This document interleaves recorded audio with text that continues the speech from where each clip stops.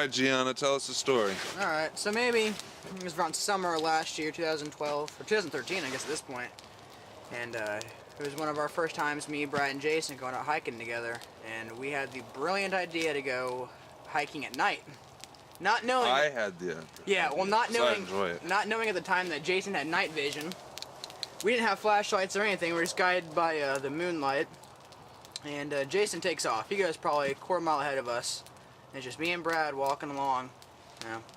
And we start to realize, oh man, he's probably going to scare us at some point.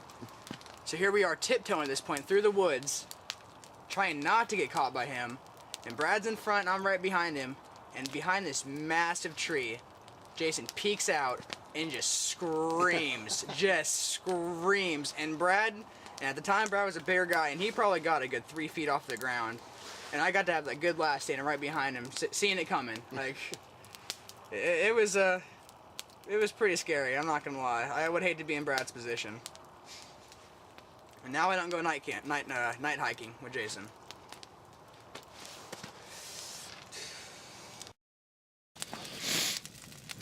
Alright, it's 4 o'clock in the morning.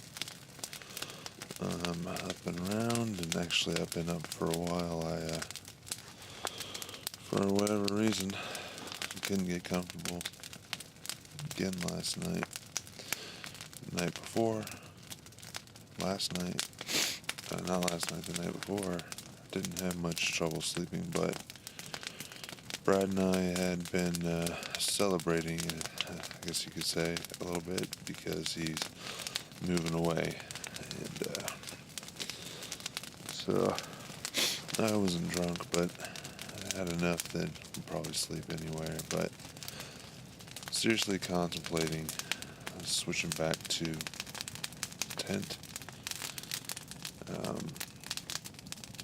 Hammock's comfortable, and I sleep on my back at home,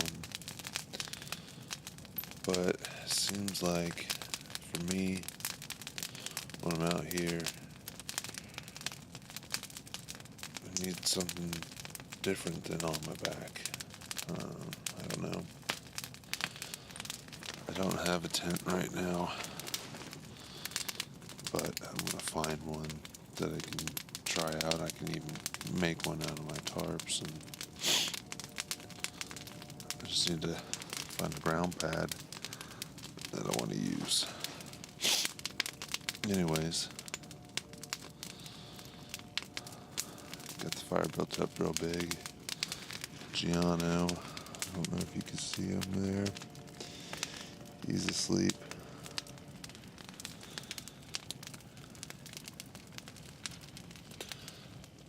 I don't know if you'll be able to hear it over the fire. First night, we were hearing some low thuds, like a thump, out on the lake, and we figured it was air pockets and stuff moving around into the ice, and we'd even hear it release some air every now and then through cracks and stuff. And it took us a little bit to figure out what it was at first, but tonight it's doing it full on all night long, thump, thump, thump, and probably see, I'm pretty sure, a video of the shoreline right out at the end of where we're camping, and there's some trees out there on the water. Brad went out last night, or the night before, and pulled down some branches. Gianna was out there tonight, and all of a sudden there was a really loud one of those noises, and like the whole lake sounded like it cracked. And it's a large lake, the whole cove at least that we're on. One loud crack. He ran so fast to get back to the shoreline. And since then, every now and then it'll sound like just like a huge cracking sound. The ice out there is starting to melt, even though it was down to like 19 degrees last night or the night before. When about 2:30, and I know it's not completely accurate, but I checked the temperature on my phone for this area and it said 35. So it doesn't feel like it's above freezing, but according to that anyways it is. But it's kind of odd hearing the whole lake just crack. The whole ice, there's a whole sheet of ice like you saw in the video. It's all ice covered. I just never experienced that before, and I wish I could catch it on here, but I don't think I'm going to be able to. So, like I said, it's 4 o'clock and still got a few hours till sun up, but I already packed up my sleeping bag and thermarest, and I'm just kind of sitting in my hammock, and I was watching some YouTube videos. Anyways, turn it back on, camera back on later. Alright, so I have a question for anybody that might be watching. This is the second place that I've heard this.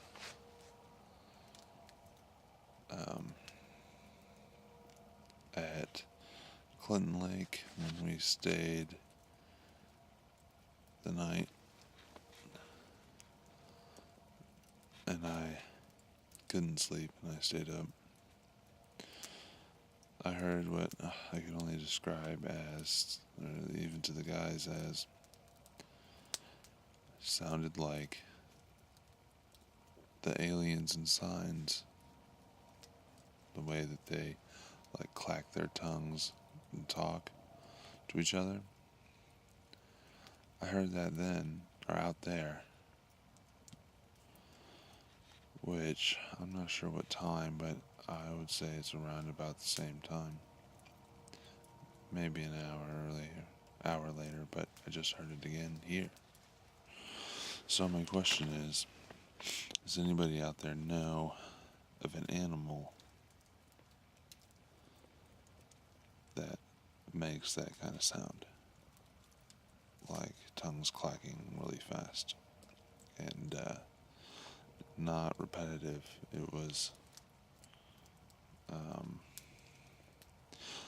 It wasn't as fast, I guess you could say, as the aliens and signs. But it was the same kind of sound. And it's just kind of weird that I heard it here and I heard it last time I was out 3 weeks ago in a different city that's about 30 miles from here. So, yeah, if you could let me know of an animal that might make that sound, I'd appreciate it. Thanks.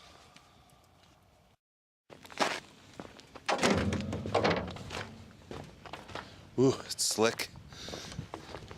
Frosty this morning. Everything is.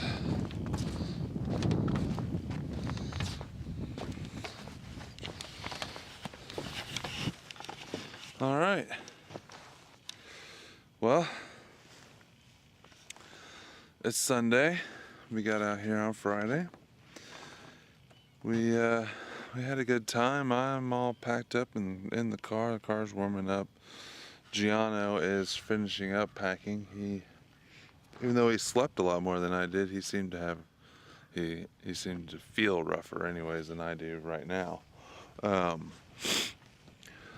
was I gonna say? Oh, we heard the coyotes, of course. Usually hear those. Heard owls. Something else, that weird alien sounding thing that I've heard a couple of times at different places. I saw geese, heard geese. Saw a few other birds. Saw footprints of deer and coyote and raccoon and all the other, normal animals you see evidence of. While Giano was still sleeping this morning, I went for a little walk back in where the stream comes in at the back of that. We camped right around the corner up there. You see the tree sticking out in the water, that's where we camped. Anyways, I tried to follow the stream back up to a crossing so I could go on the other side while I was waiting for Gianna to get up, and I didn't put on my hiking boots.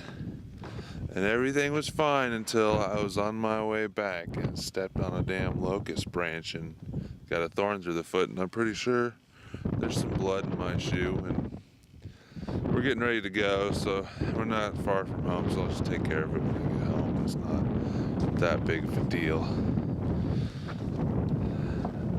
At least today it's not that big of a deal.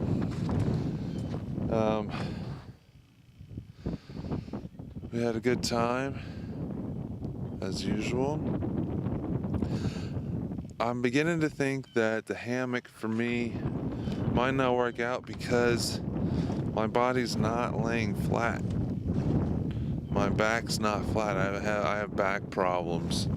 And though it's comfortable when you first get in there, laying at, almost a slight U shape all night, I think it irritates me, even though today my back does hurt, but I think that for the most part,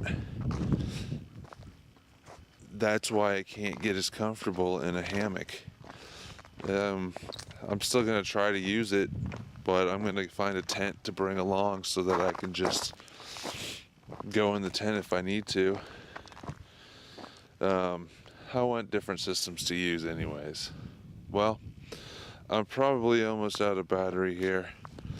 I would get Gianna's reaction, but he's finishing up, and I'd like to thank you for watching my channel. Please subscribe if you're not subscribing. Please comment on these channels or on these videos. I'm not sure which video is going to be on, but last night, no, the night before, when Brad was talking about wrangling the possum out of the tent, I said that I'd like people to do VRs telling me when they had to wrangle an animal. Well, I'd rather expand on that, because how many people actually wrangle an animal? If you have wrangled an animal, please do a VR on that. But for everybody else out there, do a VR about an animal encounter. Something funny, something scary or spooky, or something weird. Just something memorable, something you think people would find interesting. Well, I look forward to seeing what you guys might come up with, or what the experiences you guys have had. So, thanks for watching again. My channel is The Outdoor Wanderer, and I'd like to thank my wife, Kara Kupsik. Have a good day.